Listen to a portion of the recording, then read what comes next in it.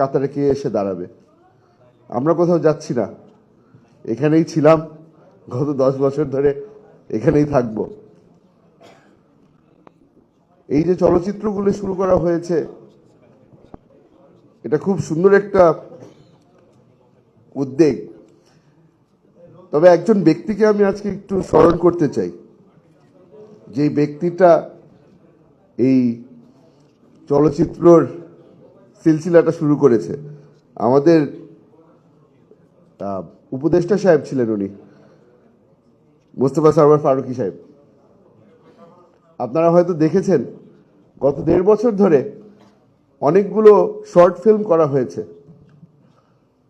গুম নিয়ে অনেকগুলি করা হয়েছে, আয়নাঘর নিয়ে করা হয়েছে। উনি একটা সিরিজ শুরু করেছিলেন, দি আয়নাঘর ফাইলস, আপনারা হয়তো দেখেছেন।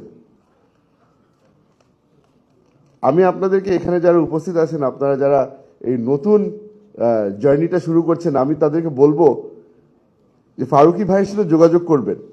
কারণ উনি যে কোয়ালিটিটা দেখিয়েছিল, ওই কোয়ালিটি যদি আমরা মেনটেন করতে পারি, ইনশাল্লাহ এখানে যারা উপস্থিত আছেন তাদের সামনের জার্নিটাও সুন্দর হবে।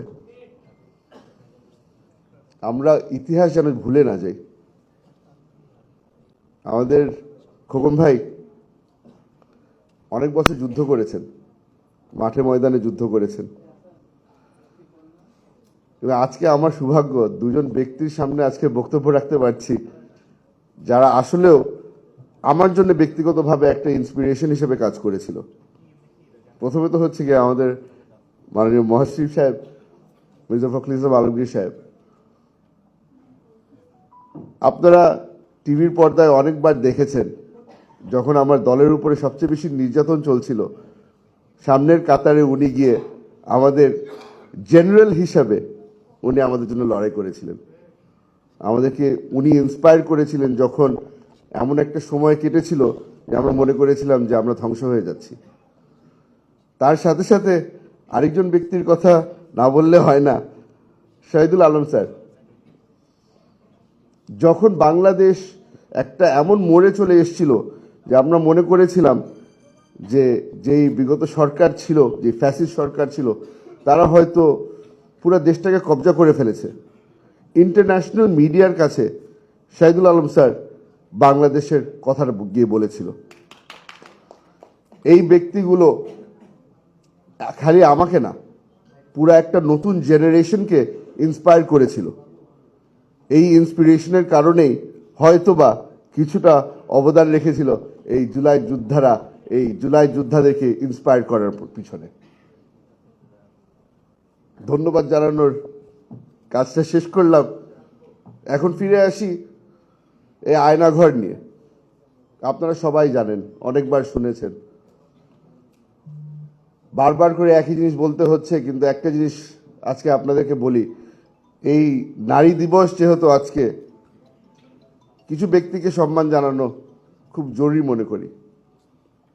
আমার স্ত্রী, আমার মা, আমার বোন, এই ব্যক্তিরা যদি আমার পরিবারকে ধরে না রাখতো, আমার পরিবার ধ্বংস হয়ে যেত। এরকম অনেক নারীরা আছে অনেক পরিবারের মধ্যে, যারা পরিবার ধরে রেখেছিল। ওই আমরা যখন ফিরে এসেছি তখন আবার তারা পিছনের কাতারে চলে গেছে। কিন্তু আজকে আপনাদের সকলের সামনে বলে দিতে চাই, তাদেরকে আমরা কোনো সময় ভুলবো না, তাদের অবদান আমরা কোনো সময় ভুলবো না।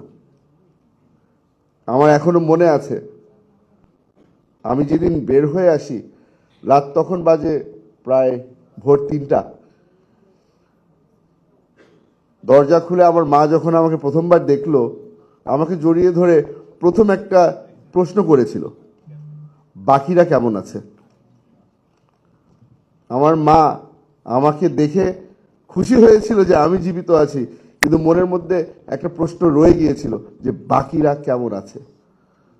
আমি আম্মাকে ধরে বলেছিলাম যে আমি তো আর কাউকে দেখার সুযোগ পাইনি, আমাদেরকে সলিটারি কনফাইনমেন্টে রাখা হতো, আদৌ বাকিরা কেউ আছে নাকি না আমি তাও জানি না। এটা ছিল আয়নাঘর। যারা যারা আয়নাঘরে গেছে, তাদের বাইরের দুনিয়ার সাথে কোনো কানেকশন ছিল না। বাইরের দুনিয়া তো অনেক দূরের কথা, যেই জগতের ভিতরে ছিলাম পাশের ছেলে কি হচ্ছে সেটাও আমাদের জানার সুযোগ ছিল না। লড়াই চলতো প্রতিদিন বেঁচে থাকার জন্য। এখন বের হয়ে এসে মনে হচ্ছে যে কি দিন পার করে আসলাম আমরা, কি ছিল বাংলাদেশ। আজকে আপনাদের সবার সামনে একটা জিনিস বলে আমি আমার বক্তব্য শেষ করবো, কারণ এখানে আমার অনেক সিনিয়র মানুষরা আছে যারা বক্তব্য রাখবেন। সেই কথাটা হচ্ছে, সেই বাংলাদেশে আমরা কোনো সময় ফিরে যাব না। যেই অত্যাচার আমাদের উপরে হয়েছে, এই ধরনের অত্যাচার আর কারো উপরে আমরা হতে দেব না। এই ওয়াদা করে আমি আমার বক্তব্য শেষ করছি। আসসালামু আলাইকুম। বাংলাদেশ জিন্দাবাদ। ধন্যবাদ মাননীয় সংসদ সদস্য মহোদয়কে। অনুষ্ঠানের এই পর্যায়ে আমি মানবাধিকার কর্মী ও আলোকচিত্রী